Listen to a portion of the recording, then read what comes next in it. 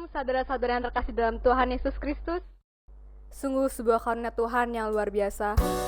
Genap sudah keluarga besar remaja Gereja Kristus Ketapang Kos Cibubur berulang tahun yang ke-12. Ini semua hanya karena kasih dan kebaikan Tuhan. Tuhan, saat ini kami ingin mengucapkan terima kasih padamu. Thank you Jesus for your grace. Now we want to worship you.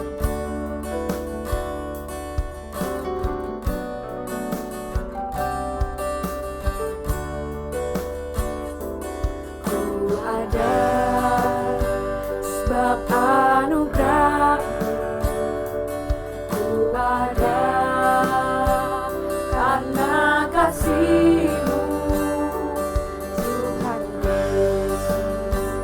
Ku berterima kasih buat kasih karunia-Mu. Ku ada sebab ada karena kasih-Mu Tuhan Yesus. Ku berterima kasih buat kasih karunia-Mu. Terima kasih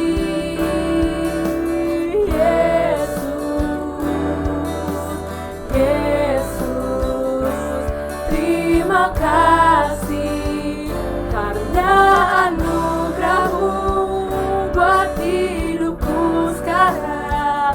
Ku kan memuji-Mu selamanya. Terima kasih Yesus,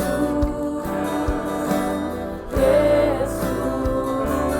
Terima kasih anugerah-Mu buat hidupku sekarang. Ku kan memuji-Mu selamanya. Haleluya. Terima kasih Tuhan untuk kebaikan-Mu sepanjang hidup kami. Kalau kami boleh ada sampai hari ini, itu hanya karena kasih dan kebaikan-Mu Tuhan.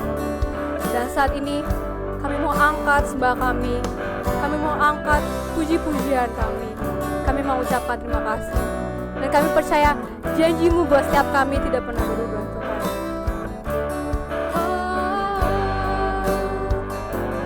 Terima kasih Yesus, terima kasih Yesus.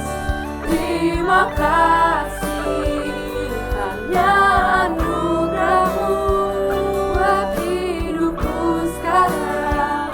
Ku kan memuji-Mu selamanya.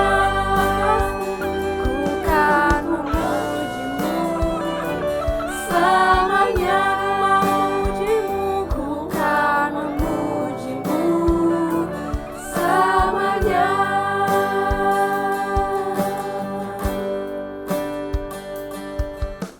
Terima kasih Tuhan untuk kasih setia-Mu yang tidak berkesudahan Bapa. Kami mau memuji Tuhan selamanya dalam kehidupan kami Bapa. Kami mau bersorak-sorai untuk kemuliaan nama Tuhan selamanya Bapa dalam kehidupan kami. Terima kasih untuk kebaikan Tuhan, terima kasih untuk berkat dan anugerah Tuhan dalam kehidupan kami Bapa. Untuk RGK terutama Tuhan. Kami sekarang berkumpul Bapa. Kami berkumpul di rumah kami bersama-sama ingin memuji dan memuliakan nama Tuhan. Kami serahkan ibadah kami dari awal hingga akhir Bapa, supaya fokus kami cuma untuk memuliakan nama Tuhan, untuk membesarkan dan memuji nama Tuhan. Terima kasih Tuhan, siapkan hati kami terus untuk memuliakan nama Tuhan lebih lagi, karena di dalam nama Tuhan Yesus pasti ada kemenangan yang lebih Bapa. Terima kasih Bapa yang baik. Kami serahkan ibadah kami, hidup kami dalam tangan Tuhan. Dalam nama Tuhan Yesus kami berdoa dan mengucap syukur. Haleluya. Amin. Amin. Kita mau memuji nama Tuhan lebih dalam lagi. Kita mau bersorak-sorai untuk kemuliaan Dia. Karena kita tahu hanya di dalam nama Tuhan Yesus saja kita memiliki kemenangan dan kita tidak perlu ragu.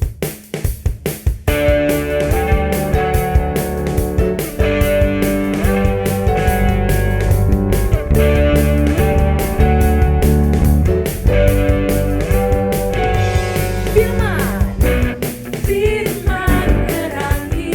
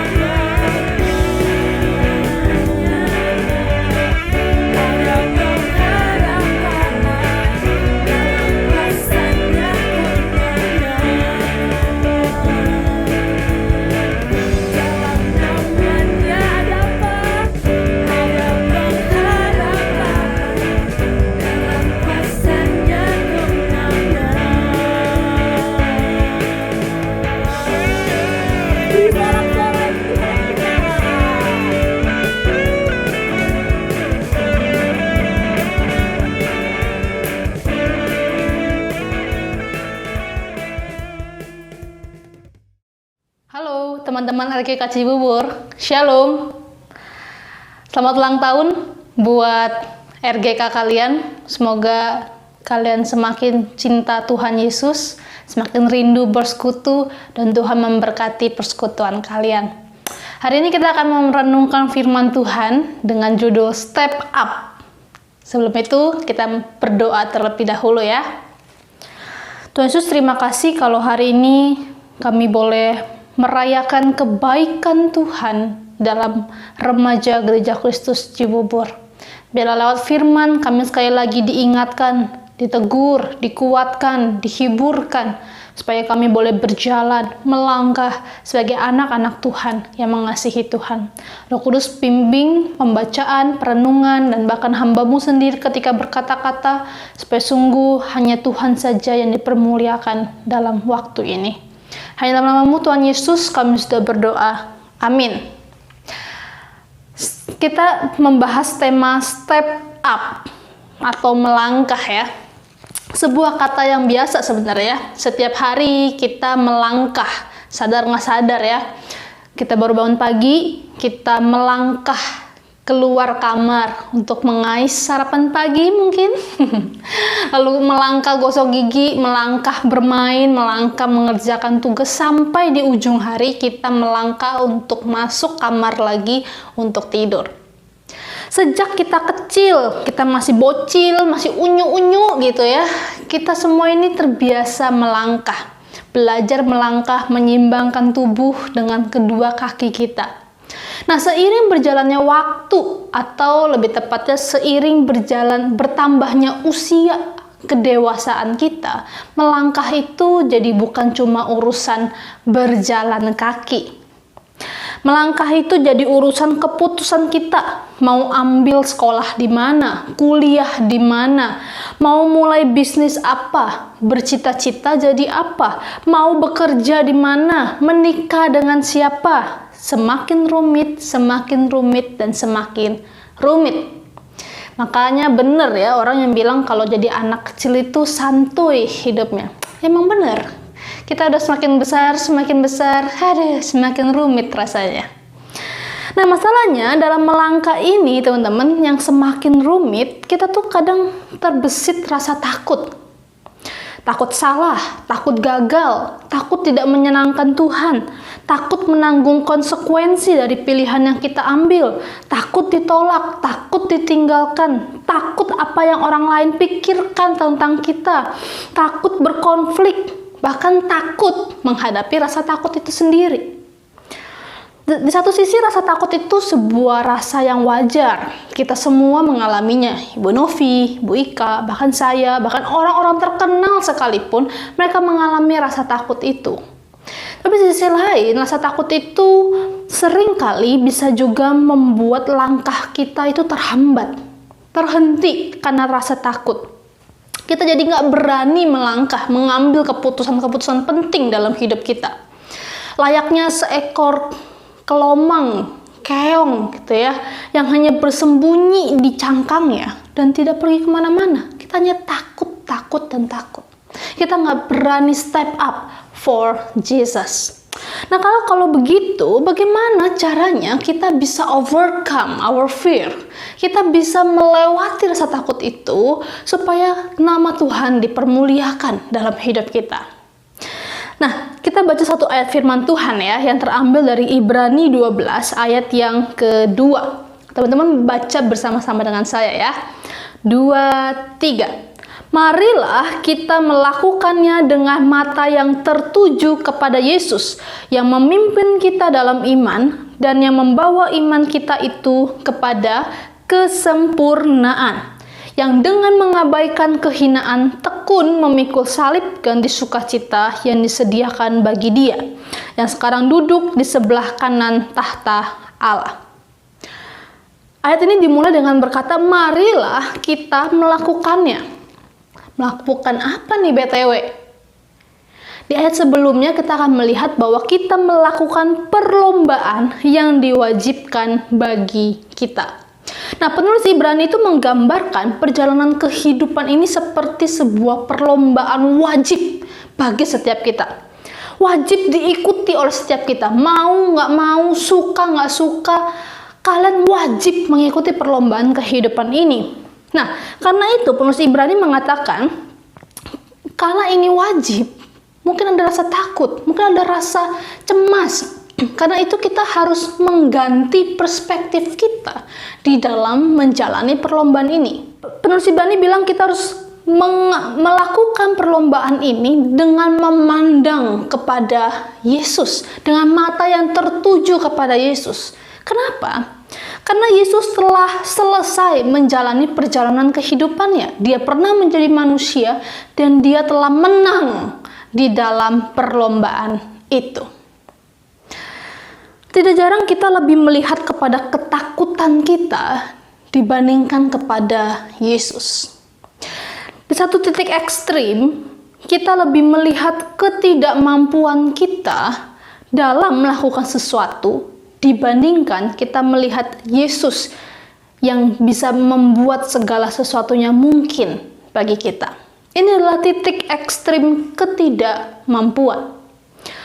Di zaman sosial media ini, teman-teman, kebanyakan orang itu menampilkan versi terbaik dari dirinya. Banyak di antara kita yang membuat postingan-postingan yang menarik, pose-pose yang dari angle yang baik dengan pencahayaan yang bagus. Atau kita membandingkan diri kita dengan influencer-influencer yang kita follow. Saya tidak sekeren dia, nggak sekaya dia, saya nggak punya kemampuan untuk menikmati hidup seperti dia. Atau nggak usah jauh-jauh deh ya, nggak usah sampai ke influencer-influencer itu. Dengan sesama teman RGK Cibubur aja, mungkin di antara kita ada yang merasa diri kita tidak mampu dibandingkan orang lain. Mungkin kita berkata, iya sih saya bisa main gitar, tapi nggak sejago dia. Dia mah pelayanan sebulan 2 kali, saya mah cuma 1 kali. Saya mah nggak sepede dia untuk jadi WL, dia lebih bagus. Saya nggak cukup pandai membuat acara, kalau dia yang buat acara, waduh teman-teman puji semuanya. Saya mah nggak punya talenta apa-apa, cuma jadi jemaat aja. Kalau dia mah, acara apa aja diikutin. Saya rasa masih banyak lagi dan lainnya kalau kita mau list. Saya jadi teringat kisahnya Musa, teman-teman, ketika ia dipanggil oleh Tuhan menjadi pemimpin bangsa Israel. Ketika itu Musa berusia 40 tahunan, dia masih berjiwa muda, masih nasionalis, dia sangat ingin menolong bangsanya. Sehingga di Keluaran 2 ayat 11-12 dikatakan seperti ini. Musa telah dewasa, ia keluar mendapatkan saudara-saudaranya untuk melihat kerja paksa mereka. Lalu dilihatnya lah seorang Mesir memukul seorang Ibrani, seorang dari saudara-saudaranya itu. Lalu Musa ini menoleh ke sana sini, ketika dilihat tidak ada orang, dibunuhnya orang Mesir itu dan disembunyikannya mayat orang Mesir itu di dalam pasir. Tapi menarik teman-teman, pertolongan Musa ini tidak disambut dengan baik oleh saudara-saudara sebangsanya. Di pasal 2 ayat 14 dikatakan, siapa yang mengangkat engkau menjadi pemimpin dan hakim atas kami? Waduh, Musa ditolak teman-teman untuk jadi pemimpin. Sakitnya tuh di sini, jelek banget. Sejak hari itu teman-teman, Musa jadi seorang yang penakut. Bahkan dia melarikan diri ke Midian karena Firaun mendengar tragedi pembunuhan yang Musa lakukan. Selang 40 tahun di tanah Midian, Musa merasa lebih aman, lebih nyaman dengan keluarga yang ia miliki, terhindar dari penolakan dan ancaman kematian. Impian Musa sebagai pemimpin bangsa Israel seakan-akan sudah dikubur dalam-dalam, sedalam ia mengubur mayat orang Mesir itu. Menariknya, Allah malah memanggil Musa untuk menjadi pemimpin bangsa Israel.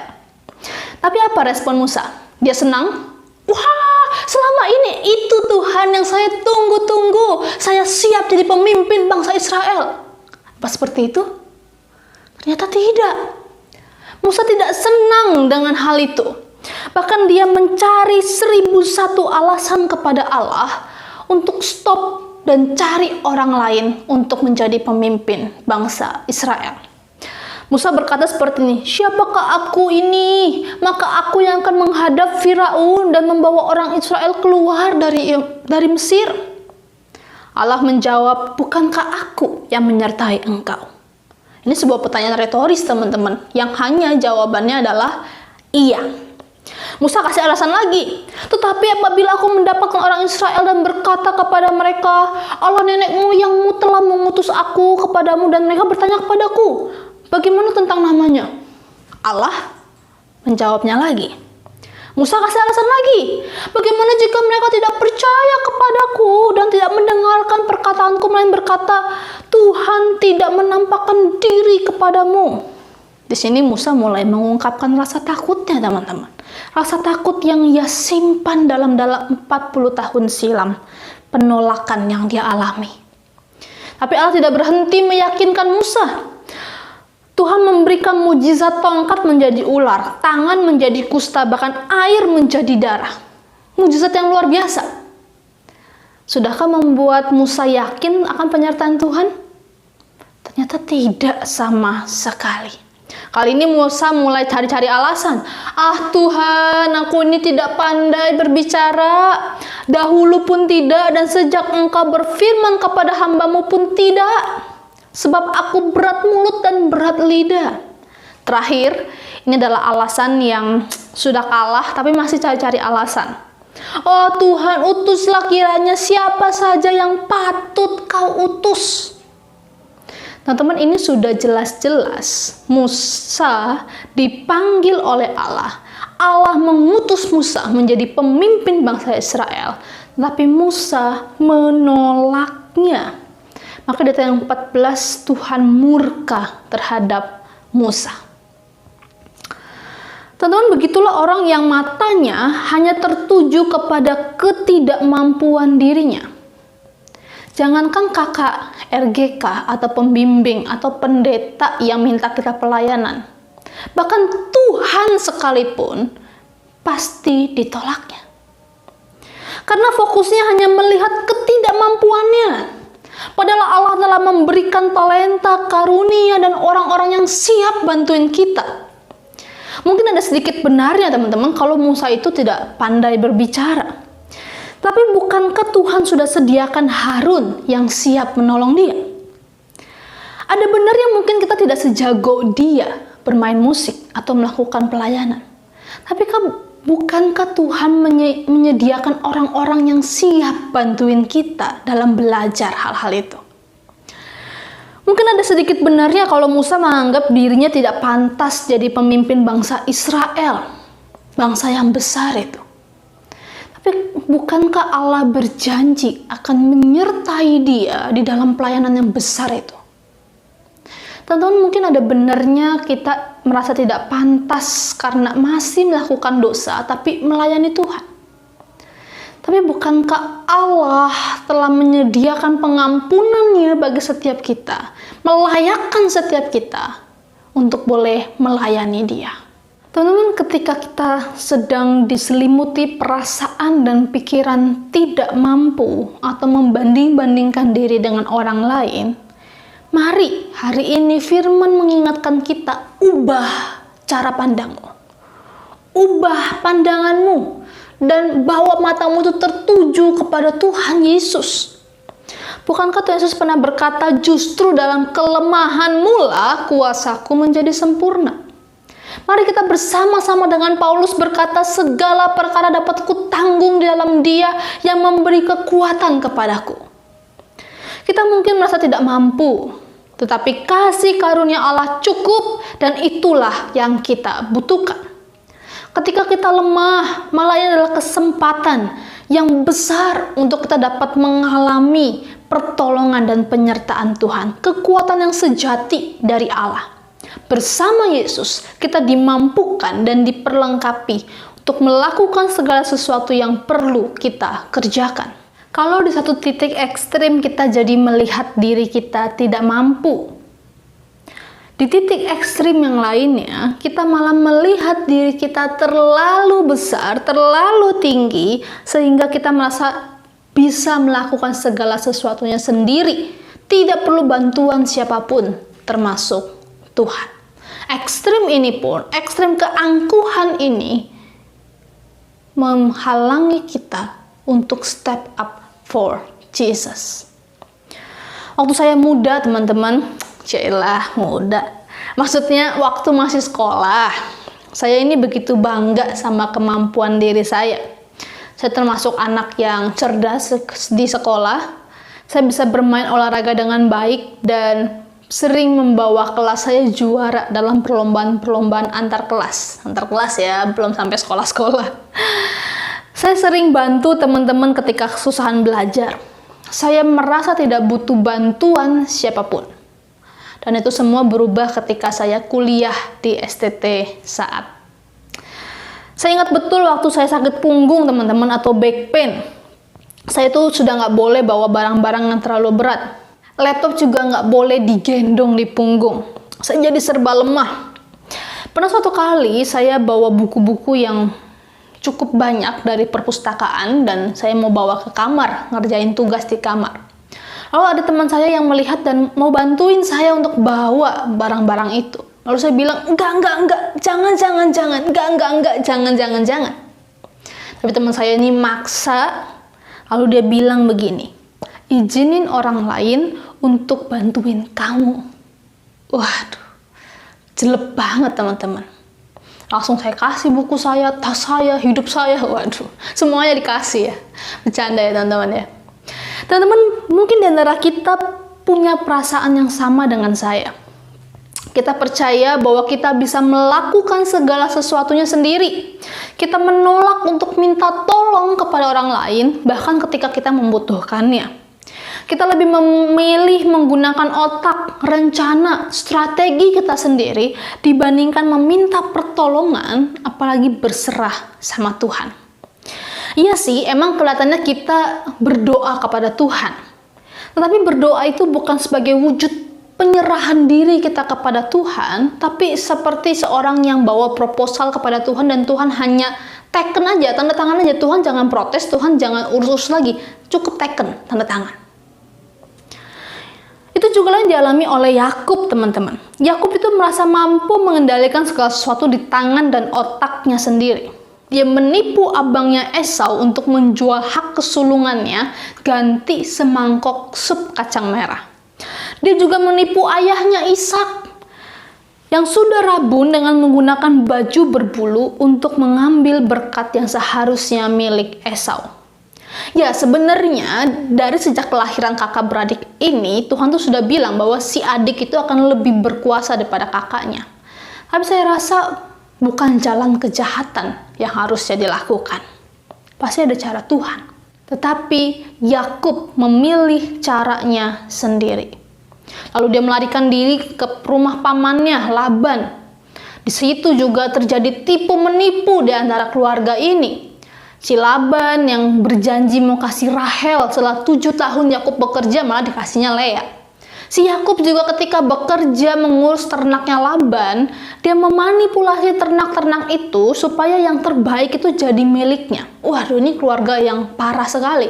Tipu menipu ada di dalam rumah itu, serem sekali. Sampai akhirnya Yakub harus kembali lagi ke tanah kelahirannya. Tapi masalahnya Yakub masih takut menemui Esau dan konsekuensi yang dia lakukan belasan tahun silam. Karena itu, alih-alih berserah sama Tuhan, Yakub masih saja menggunakan akalnya. Dia mengirim utusan yang membawa hadiah dan pesan damai kepada abangnya, Esau.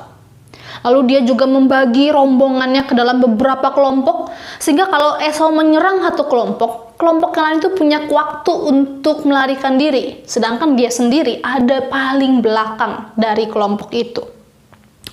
Pada suatu malam, teman-teman, Yakub sedang sendirian di sungai Yabok. Tiba-tiba ada seorang laki-laki yang bergulat dengannya. Malam begitu gelap sehingga Yakub tidak bisa melarikan diri. Ia hanya bisa bergulat melawan pria itu semalam-malaman. Saat fajar menyingsing, pria itu sadar bahwa Yakub tidak akan menyerah, sehingga dia memukul sendi pangkal paha Yakub sehingga terplecok.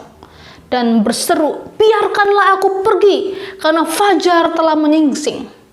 Yakub menjawab, "Aku tidak akan membiarkan engkau pergi.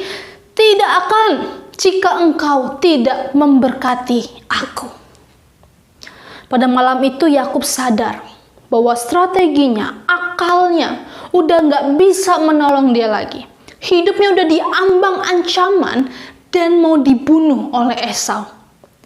Kali ini Yakub memohon berkat Tuhan. Dan pria itu berkata, "Namamu tidak akan disebutkan lagi Yakub, tetapi Israel.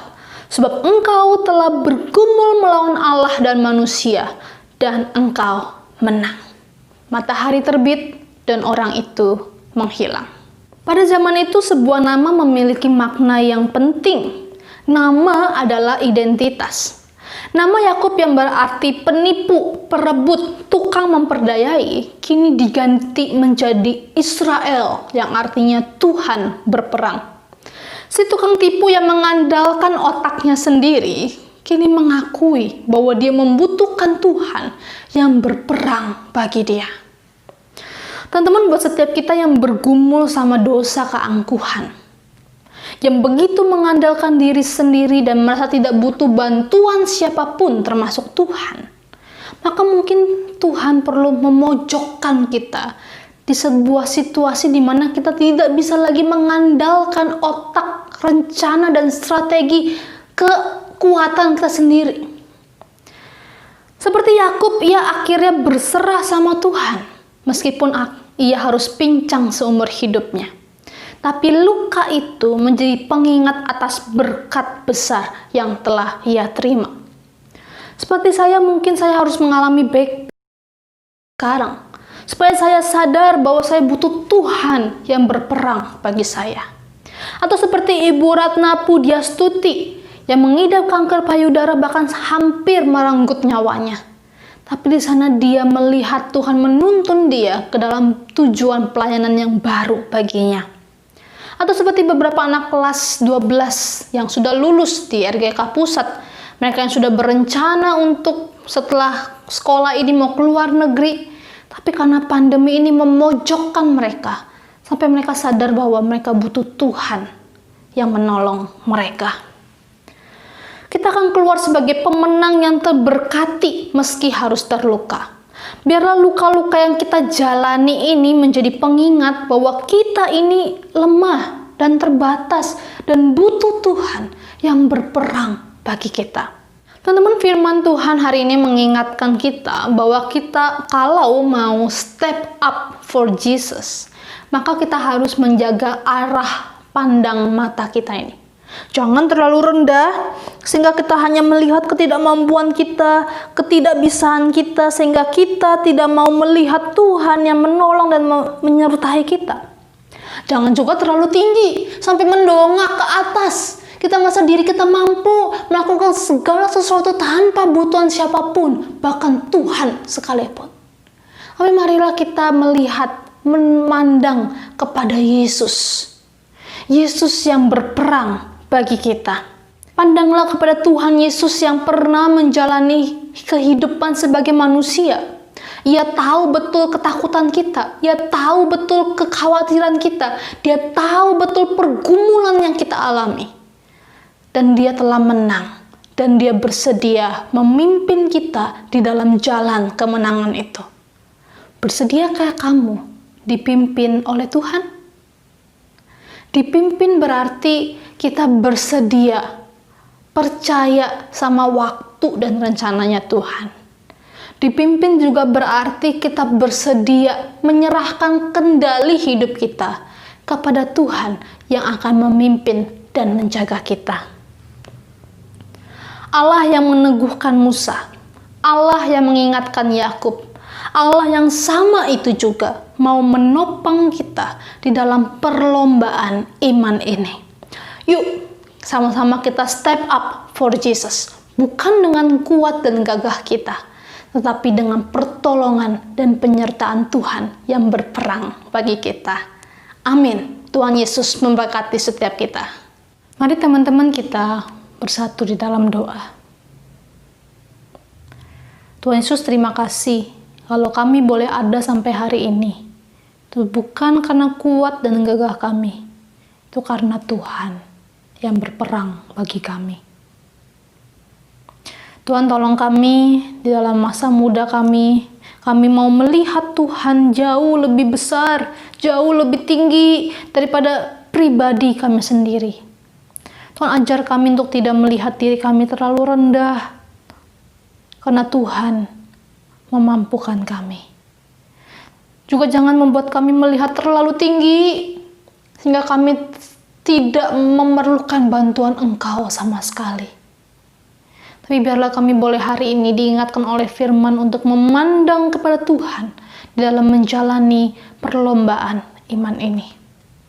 Tuhan Yesus, hamba-Mu secara pribadi bersyukur untuk setiap anak-anak-Mu dalam masa-masa new normal ini, baik yang sekolah, kuliah, maupun bekerja. Tuhan, terus berikan kekuatan, kesehatan, berikan hati yang mau berserah sama Tuhan, hati yang mengandalkan Tuhan, hati yang bertumbuh cintanya kepada Tuhan Yesus.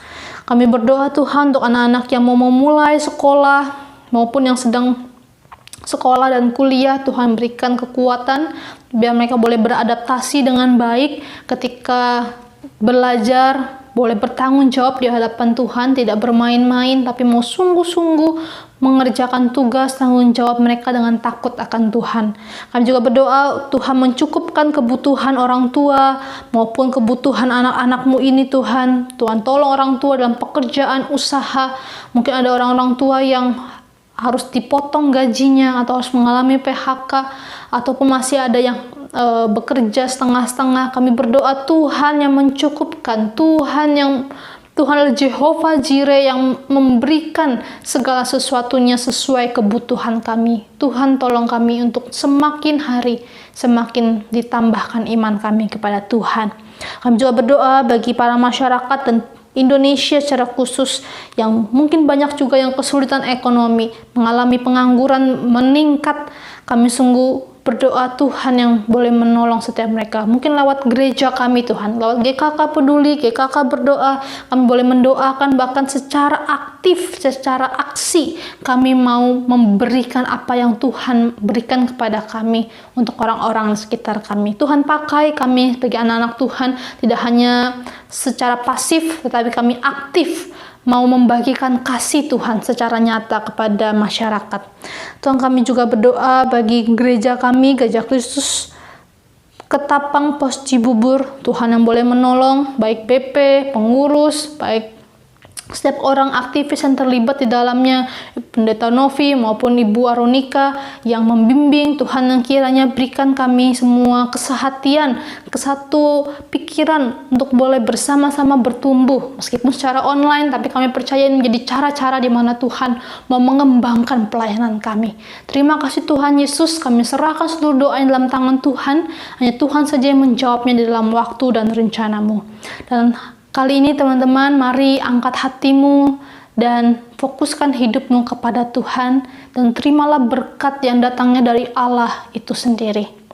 Kasih karunia dan damai sejahtera dari Allah Bapa kita dan dari Tuhan Yesus Kristus dalam persekutuan dengan Roh Kudus kiranya menyertai kita dari sekarang sampai Tuhan Yesus datang kedua kali. Amin. Selamat ulang tahun teman-teman RGK Cibubur. Tuhan Yesus memberkati. Hanya Engkau satu-satunya Tuhan yang layak mendapat sembah dan pujian kami Tuhan.